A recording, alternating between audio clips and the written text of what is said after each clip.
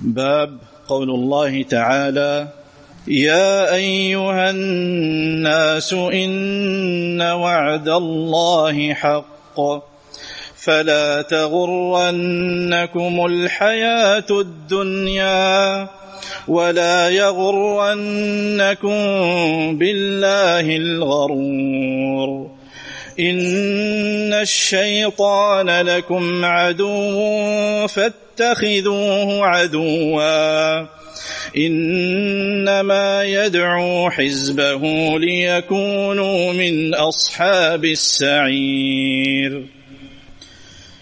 جمعه سعر. قال مجاهد: الغرور الشيطان. حدثنا سعد بن حفص حدثنا شيبان عن يحيى عن محمد بن إبراهيم القرشي قال: أخبرني معاذ بن عبد الرحمن أن ابن أبان أخبره قال: أتيت عثمان بن عفان بطهور وهو جالس على المقاعد فتوضأ فأحسن الوضوء، ثم قال: رأيت النبي صلى الله عليه وسلم توضأ وهو في هذا المجلس فأحسن الوضوء، ثم قال: من توضأ مثل هذا الوضوء ثم أتى المسجد فركع ركعتين ثم جلس غفر له ما تقدم من ذنبه. قال: وقال النبي صلى الله عليه وسلم: لا تغتروا. باب ہے اللہ رب العزت کے فرمان کے بارے میں، یا ایھا الناس ان وعد اللہ حق۔ یہاں پہ امام بخاری رحمہ اللہ نے باب کس چیز کو بنایا ہے؟ قرآن کی آیت کو۔ اور میں کئی دفعہ کہہ چکا ہوں کہ امام بخاری رحمہ اللہ کبھی باب بناتے ہیں قرآن کی آیت کو، کبھی نبی علیہ الصلوۃ والسلام کی کسی حدیث کو، کبھی کسی صحابی یا تابعی کے قول کو، اور کبھی امام بخاری کے اپنے الفاظ ہوتے ہیں۔ تو یہاں پہ امام بخاری نے اب باب بنایا ہے قرآن پاک کی آیت کو، اور اس سے یہ بھی پتہ چل رہا ہے کہ امام بخاری صرف محدث نہیں ہے، بہت بڑے فقیہ بھی ہیں، اسی لیے وہ قرآن پاک کی آیات کو بھی لے آتے ہیں۔ تو یہاں پہ کہتے ہیں یا ایھا الناس، اللہ تعالیٰ کہہ رہے ہیں اے لوگو، ان وعد اللہ حق، اللہ کا وعدہ سچا ہے، اللہ کا وعدہ ہو کر رہے گا۔ اللہ کا وعدہ 10 منٹ رہ گئے، 15 منٹ رہ گئے، چلیں یہ ایت پھر کر لیتے ہیں جی۔ تو یا ایھا الناس ان وعد اللہ حق، اے لوگو اللہ کا وعدہ جو ہے وہ سچا ہے، وہ ہو کر رہے گا۔ اللہ کا کون سا وعدہ جی؟ اللہ نے کہا ہے کہ قیامت قائم ہوگی، اللہ نے کہا ہے تم نے فوت ہونا ہے، اللہ نے کہا ہے کہ تمہیں قبروں سے اٹھایا جائے گا، تمہارا حساب کتاب ہونا ہے، اور تمہاری جنت جہنم کے فیصلے ہونے ہیں۔ یہ اللہ تعالیٰ کا وعدہ سچا ہے۔ فلا تغرنکم الحیات الدنیا، تو دنیاوی زندگی تمہیں دھوکے میں نہ ڈالے۔ ہاں جی، ہمارا دورے کا موضوع کیا تھا؟ دلوں کو نرم کرنے والی احادیث۔ دل کو نرم ہو رہے ہیں کہ نہیں ہو رہے، کہ اور سخت ہو رہے ہیں؟ یہ احادیث ہمیں نرم کر رہی ہیں، کس کے لیے؟ عبادت کے لیے، کہ آپ دنیا میں ڈوبے ہوئے ہیں، آخرت کی فکر کریں، دنیا کو اتنی اہمیت دیں جتنی اس کی اہمیت بنتی ہے، اس سے زیادہ نہ دیں۔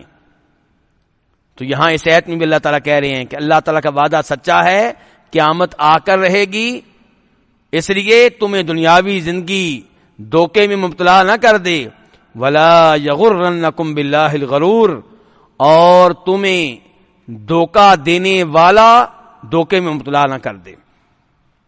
دھوکہ دینے والا یہ کون ہے جی؟ شیطان، الغرور، دھوکہ دینے والا جو سب سے بڑا دھوکے باز ہے۔ غر یغر سے غرور مصدر ہوتا ہے، اور غرور جو ہے صفت مشبہ ہے، بہت زیادہ دھوکہ دینے والا۔ تو سب سے بڑا دھوکے باز کون ہے جی؟ شیطان۔ یہ مجھے اور آپ کو بھی دھوکہ دے لیتا ہے، اس نے آدم علیہ السلام کو بھی دے دیا تھا۔ کس کو دھوکہ دے دیا تھا؟ آدم علیہ السلام کو۔ میں اور آپ کیا چیز ہیں؟ تو اس لیے اللہ تعالیٰ میں خبردار کر رہے ہیں، اور مزید کہہ رہے ہیں ان الشیطان لکم عدو، شیطان تمہارا دشمن ہے، فاتخذوہ عدوا، اسے دشمن بنا کر رکھو. اس سے دوستی تمہیں مانگی پڑے گی. شیطان سے دوستی تمہیں کیا پڑے گی؟ مانگی پڑے گی. شیطان تمہارا دشمن ہے، اسے دشمن بنا کر رکھو. اس کے ساتھ وہ سلوک کرو جو سلوک کسی دشمن کے ساتھ کرنا چاہیے. دوستوں والا سلوک اس کے ساتھ نہ کرو، اس کی باتوں میں نہ آیا کرو، اور اس جیسے کام نہ کیا کرو. جب اللہ نے بتا دیا شیطان ہمارا دشمن ہے اور یہ بھی کہا کہ اس کو دشمن سمجھو، اب نبی علیہ السلام کیا ہے؟ آپ کئی احادیث میں کہتے ہیں یہ کام شیطان کرتا ہے تم نہ کرو. کہتے ہیں نا شیطان بائیں ہاتھ سے کھاتا ہے تم. ہاں جی، ہمارے کتنے مسلمان بھائی ہیں یہاں پہ بیٹھے ہوں گے ادھر اسی مجلس میں، جن کے لیے بائیں ہاتھ سے کھانا کو مسئلہ ہی نہیں، بائیں ہاتھ سے پینا کو مسئلہ ہی نہیں. تو شیطان جیسے کام نہیں کرنے چاہیے. شیطان کے بہت سارے کام ہیں. کبھی ہم سے کہا جاتا ہے کہ آپ بسم اللہ پڑھیں کھانا کھاتے ہوئے، ورنہ شیطان آپ کے کھانے میں شریک ہو جائے گا. گھر میں داخل ہوں، اللہ کا ذکر کر کے داخل ہوں، بسم اللہ پڑھ کے داخل ہوں، ورنہ شیطان آپ کے گھر میں رات گزارے گا. اور دشمن کو گھر میں رہنے کا موقع آپ کیوں دیتے ہیں؟ دشمن کو کھانا کیوں دے رہے ہیں آپ؟ وہ آپ کو جہنم میں پھینکوانا چاہتا ہے، وہ آپ کو جنت میں داخل ہونے سے روکنے کی کوششوں میں صبح و شام لگا ہوا ہے، منصوبے بناتا ہے، اور آپ ہیں کہ اس کے ساتھ دوستی قائم کرنے کی کوشش کرتے ہیں. تو فاتخذوہ عدوا، فرمایا اس کو دشمن ہی سمجھو. انما یدعو حزبہ، وہ اپنی جماعت کو دعوت دیتا ہے، وہ اپنے پیروکاروں کو دعوت دیتا ہے، وہ اپنے گروہوں کو بلا رہا ہے کس چیز کی طرف؟ لیکونوا من اصحاب السعیر، تاکہ وہ ہو جائیں جہنم والوں میں سے. شیطان کی دعوت یہ نہیں ہے کہ آپ کو کسی محل میں لے جائے گا، جنت میں لے جائے گا. اس کی دعوت کا انجام یہ ہے کہ آپ کہاں پہنچیں گے جی؟ جہنم میں پہنچیں گے. اللہ رب العزت سے دعا ہے کہ ہمیں شیطان کے دھوکے سے محفوظ رکھے، اور دنیا کے بارے میں اللہ تعالی ہماری دلچسپی اتنی کر دے جتنی ہونی چاہیے، اس سے زیادہ نہیں. اور اللہ تعالی ہمیں دنیا میں سے حلال کمانے کی توفیق دے، اور جو کمائیں اس کو حلال جگہ پہ لگانے کی توفیق دے. روز قیامت اللہ تعالی ہمارا حساب آسان فرمائے. وآخر دعوانا الحمدللہ رب العالمین. ابھی وقفہ ہے چائے کے لیے، آپ چائے پینے، نماز کے بعد انشاءاللہ پھر ملاقات ہوگی. الحمدللہ رب العالمین، والصلاة والسلام علی سید المرسلین، اما بعد. باب نمبر 8، اللہ رب العزت کے اس فرمان کے بارے میں کہ یا ایھا الناس ان وعد اللہ حق. اس آیت کے اوپر گفتگو ہو چکی ہے. اس آیت کے بعد امام بخاری کہتے ہیں جمعہ سعر. آیت کا آخری لفظ کیا تھا؟ ذرا دیکھیے، آیت کا آخری لفظ کیا تھا؟ السعیر. ایسے ہی ہے. اس کے بارے میں امام بخاری کہہ رہے ہیں اس کی جمع آتی ہے سعر. سعیر کہتے ہیں بھڑکتی ہوئی آگ کو، اور اس کی جمع کیا ہے؟ سعر. تو لیکونوا من اصحاب السعیر کا مطلب یہ ہوگا کہ شیطان چاہتا ہے کہ اس کی پیروی کرنے والے، اس کی بات ماننے والے جہنم والوں میں سے ہو جائیں، بھڑکتی ہوئی آگ والوں میں سے ہو جائیں. اس کے بعد امام بخاری کہتے ہیں قال مجاہد. مجاہد نے کہا الغرور الشیطان. آیت میں جو امام بخاری نے باب باندھا ہے اس میں ایک آیت نہیں بلکہ 2 آیتیں ہیں. ایسے ہی ہے نا؟ تو پہلی آیت کا آخری لفظ کیا ہے؟ الغرور، یعنی کہ اللہ کے بارے میں تمہیں دھوکہ دینے والا ہرگز دھوکہ نہ دے. تو دھوکہ دینے والے سے کون مراد ہے؟ امام مجاہد جو تابعی ہیں، تفسیر کے بہت بڑے امام ہیں، عبداللہ ابن عباس رضی اللہ عنہ کے شاگرد ہیں. وہ کہتے ہیں غرور سے مراد یہاں پہ شیطان ہے. شیطان سے بڑھ کر انسان کو دھوکہ دینے والا کوئی نہیں ہے. سب سے بڑا دھوکے باز یہ ہے، یہ یہاں پہ مراد ہے. لیکن مسئلہ یہاں پہ یہ ہے کہ امام بخاری نے امام مجاہد کی تفسیر ذکر کی ہے، جبکہ امام بخاری اور مجاہد کی آپس میں ملاقات نہیں ہے. امام مجاہد تو بہت پہلے کے ہیں، امام بخاری بعد کے ہیں. تو امام بخاری اس تفسیر کو جو وہ امام مجاہد کی لے کر آئے ہیں بطور معلق لے کر آئے ہیں، بغیر سند کے لے کر آئے ہیں. تو حافظ ابن حجر رحمہ اللہ نے وضاحت کی ہے کہ یہ تفسیر جس کو امام بخاری بطور معلق لے کر آئے ہیں، امام فریابی اس کو اپنی تفسیر میں بطور موصول لے کر آئے ہیں، پوری سند کے ساتھ لے کر آئے ہیں، تو اس لیے اس میں کوئی اشکال نہیں ہے، کوئی مسئلہ نہیں ہے۔ اس کے بعد حدیث ہے، اور امام بخاری کہتے ہیں حدثنا سعد بن حفص، کہ ہمیں یہ حدیث بیان کی سعد بن حفص الطلحی الکوفی نے، قال حدثنا شیبان، وہ کہتے ہیں کہ ہمیں یہ حدیث بیان کی شیبان بن عبد الرحمن النحوی نے، عن یحییٰ، اور شیبان کہتے ہیں کہ ہم نے یہ حدیث لی ہے یحییٰ بن ابی کثیر الطائی سے، اور وہ اس حدیث کو روایت کرتے ہیں محمد بن ابراہیم القرشی سے۔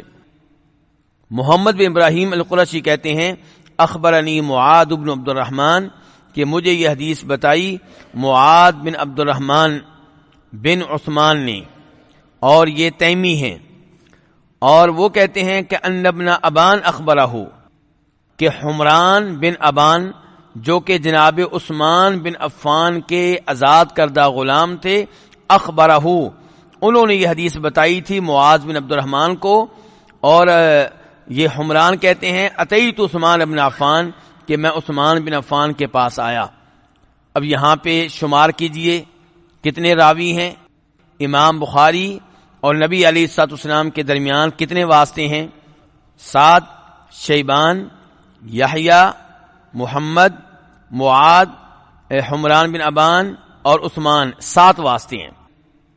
یہاں پہ امام بخاری نبی علیہ الصلوۃ والسلام تک پہنچ رہے ہیں 7 لوگوں کے واسطے سے، 7 راویوں کے واسطے سے، اور آخری راوی کون ہیں؟ وہ صحابی ہیں ہمارے تیسرے خلیفہ جناب عثمان بن عفان رضی اللہ تعالی عنہ۔ اور عثمان بن عفان سے حدیث کو روایت کرنے والے کون ہیں؟ حمران بن ابان۔ اب آپ لوگ میرے قریب بیٹھ گئے ہیں بچے، دھیان سے میں سوال کروں گا، خبردار رہنا آپ لوگوں نے۔ تو عثمان بن عفان کے پاس حمران آئے اور کہتے ہیں کہ میں عثمان بن عفان کے پاس آیا بطہور، وضو کا پانی لے کر۔ طہور کی تا کے اوپر جب فتح ہو، زبر ہو، تو اس سے مراد کیا ہوتا ہے؟ وضو کا پانی، طہارت کے لیے پانی۔ وَهُوَ جَالِسٌ، حمران کہتے ہیں میں ان کے پاس وضو کا پانی لے کر آیا جبکہ وہ بیٹھے ہوئے تھے علی المقاعد، مقاعد نامی جگہ پہ۔ کون بیٹھے ہوئے تھے؟ کس کی باتیں ہو رہی ہیں بیٹا؟ عثمان بن عفان کی، ہمارے تیسرے خلیفہ کی۔ فتوضأ، تو انہوں نے وضو کیا، کس نے؟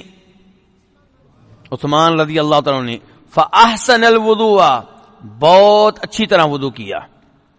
اور دوسری روایت میں آیا ہے فاسبغ الوضوء، مکمل طور پہ وضو کیا، یعنی کہ ناقص وضو نہیں کیا، پورا پورا وضو کیا۔ ثم قال، پھر کہا، کس نے کہا؟ عثمان بن عفان رضی اللہ تعالیٰ عنہ نے، کہ رأیت النبی صلی اللہ علیہ وسلم توضأ، کہ میں نے نبی صلی اللہ علیہ وسلم کو دیکھا کہ آپ نے وضو کیا، وَهُوَ فِي هَذَا الْمَجْلِسِ، جبکہ آپ اسی جگہ پہ تھے، اسی مجلس میں تھے، جہاں پہ میں بیٹھا ہوا ہوں یہیں پہ آپ بیٹھے ہوئے تھے۔ فَأَحْسَنَ الْوُضُوءَ، تو آپ نے بھی اچھی طرح وضو کیا تھا۔ یہ کون کہہ رہے ہیں؟ اور پہلے کس کے بارے میں آیا کہ اچھی طرح وضو کیا؟ عثمان نے خود اچھی طرح وضو کیا، اور پھر حدیث بتانے لگے کہ نبی علیہ السلام اسی مقام پہ تشریف فرما تھے، آپ نے بھی اچھی طرح وضو کیا تھا۔ ثم قال، پھر آپ نے کہا تھا من توضأ مثل هذا الوضوء، جو اس وضو کی طرح وضو کرے۔ کس وضو کی طرح؟ جیسے اللہ کے رسول نے خود کیا تھا، جو اس وضو کی طرح وضو کرے۔ ثم اتى المسجد، پھر وہ مسجد میں آئے، فرکع رکعتین، اور مسجد میں آ کر 2 رکعتیں ادا کرے۔ ثم جلس، پھر کیا کرے؟ پھر بیٹھ جائے۔ غفر له ما تقدم من ذنبی، تو اس کے گزشتہ گناہ معاف ہو جائیں گے، معاف کر دیے جائیں گے اسے، ما تقدم، جو گزر چکے ہیں، من ذنبی، اس کے گناہوں میں سے۔ قال، کہتے ہیں کون؟ عثمان بن عفان رضی اللہ عنہ۔ وقال النبی، کہ نبی علیہ الصلوۃ والسلام نے یہ بھی کہا تھا لا تغتروا، دھوکہ نہ کھانا۔ کیا کہا تھا؟ دھوکہ نہ کھانا. ہاں جی، اب یہاں پہ آپ نے واضح کرنا ہے کہ اس حدیث کا باب سے کیا تعلق ہے. باب تھا اس بارے میں کہ اللہ کا وعدہ سچا ہے، دنیاوی زندگی تمہیں دھوکہ نہ دے، اور حدیث ہے وضو کے بارے میں. تو کیا تعلق ہے آپس میں؟ تو وضو کیسے کیا تعلق ہے؟ بات تو یہ واضح کریں نا آپ. حدیث کا آخری لفظ کیا ہے؟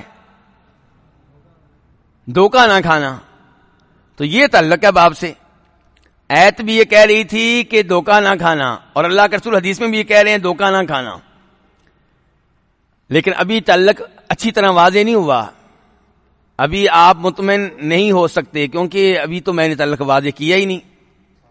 تعلق یہ ہے کہ اللہ کے رسول کیا فرما رہے ہیں کہ جو وضو کرے مکمل وضو اور مسجد میں آ کے 2 رکعتیں ادا کرے اور پھر بیٹھ جائے تو کیا ہوگا؟ یہ چیز کہیں تمہیں دھوکے میں مبتلا نہ کر دے کہ چلو جی ابھی وضو کیا تھا، 2 رکعتیں بھی ادا کی تھیں، پہلے گناہ معاف ہو چکے، اب نئے سرے سے. میں پکا جنتی ہوں. کیونکہ میں تو پوری زندگی وضو کرتا رہا، 2 رکعتیں ادا کرتا رہا، میرے گناہ تو ساتھ ساتھ ہی جڑتے رہے، ختم ہوتے رہے. بشارت موجود ہے، خوشخبری موجود ہے، لیکن دھیان سے شیطان یہاں پہ آپ کو دھوکہ دے سکتا ہے، یہاں سے بھی دھوکہ دے سکتا ہے. کیسے؟ وہ آپ کو خواب غفلت میں مبتلا رکھے کہ جی گناہ معاف ہیں، کوئی مسئلہ ہی نہیں ہے، تم پکے جنتی ہو، جہنم کی آگ سے تم بچ چکے ہو، اور آپ سست پڑ جائیں یا اپنی نیکیوں کی وجہ سے دھوکے میں آ جائیں گے، سمجھتے ہیں میں تو بہت بڑا نیک ہوں. اور یہ آپ بھول جائیں کہ اللہ کے رسول نے کہا کہ تمہارے گناہ معاف ہو جائیں گے. یہ وہ گناہ ہیں جو بندے کے مابین ہیں اور رب کے مابین ہیں. جو بندوں کے اوپر آپ نے ظلم و زیادتی کر رکھی ہے وہ کہاں جائے گی؟ سمجھ رہے میری بات؟ لوگوں کا پیسہ آپ نے دبا رکھا ہے، لوگوں کے پلاٹ پہ قبضہ کر رکھا ہے، بہن کی وراثت آپ نہیں دے رہے، وہ کدھر جائے گا معاملہ؟ وہ چیزیں تو وضو سے معاف نہیں ہوں گی. پھر اس کے علاوہ گناہ معاف ہو جائیں گے. کون سے گناہ؟ بہت سے علماء کرام کا موقف ہے، اللہ آپ کو جزائے خیر دیں. چھوٹے گناہ، بڑے گناہ اس وقت تک معاف نہیں ہوتے جب تک کہ آپ توبہ نہ کر لیں. کیوں جی؟ کیونکہ ایک اور حدیث ہے نبی علیہ الصلوۃ والسلام کی صحیح حدیث، اس میں آپ فرماتے ہیں ایک رمضان کے بعد دوسرے رمضان میں بھی روزے رکھنے سے، ایک جمعے کے بعد دوسرا جمعہ ادا کر لینے سے کیا ہوتا ہے؟ گناہ معاف ہو جاتے ہیں جو بیچ میں کیے جائیں. شرط یہ ہے کہ آپ کبیرہ گناہوں سے دور رہیں. تو وضو کرنے سے جو گناہ معاف ہوتے ہیں وہ کون سے گناہ ہیں؟ صغیرہ. تو اس لیے نبی علیہ السلام نے فرمایا ہے کہ دھوکے میں نہ آ جانا کہیں، خوشخبری موجود ہے. پھر اس سے بھی بڑی بات میرے بھائیو، خوشخبری کس کے لیے ہے؟ جس نے وہ وضو کیا جو وضو شریعت کے ہاں قابل قبول ہے، جس نے وہ 2 رکعتیں پڑھی جو شریعت کے ہاں قابل قبول ہیں. مجھے اور آپ کو کیا پتا جو وضو میں نے کیا ہے وہ قابل قبول ہے بھی کہ نہیں؟ جو میں نے 2 رکعتیں پڑھی ہیں وہ اللہ نے قبول بھی کی ہیں کہ نہیں کی؟ جو ہی ہم نماز پڑھتے ہیں فوراً شیطان پہنچ جاتا ہے. ایسا ہے کہ نہیں ہے؟ وہ ہماری توجہ دائیں بائیں لے جانے کی کوشش کرتا ہے. تو اس لیے ایسی بشارتیں سن کر شیطان کے دھوکے میں نہیں آنا، یہ امام بخاری اس حدیث کے ذریعے پیغام دینا چاہتے ہیں.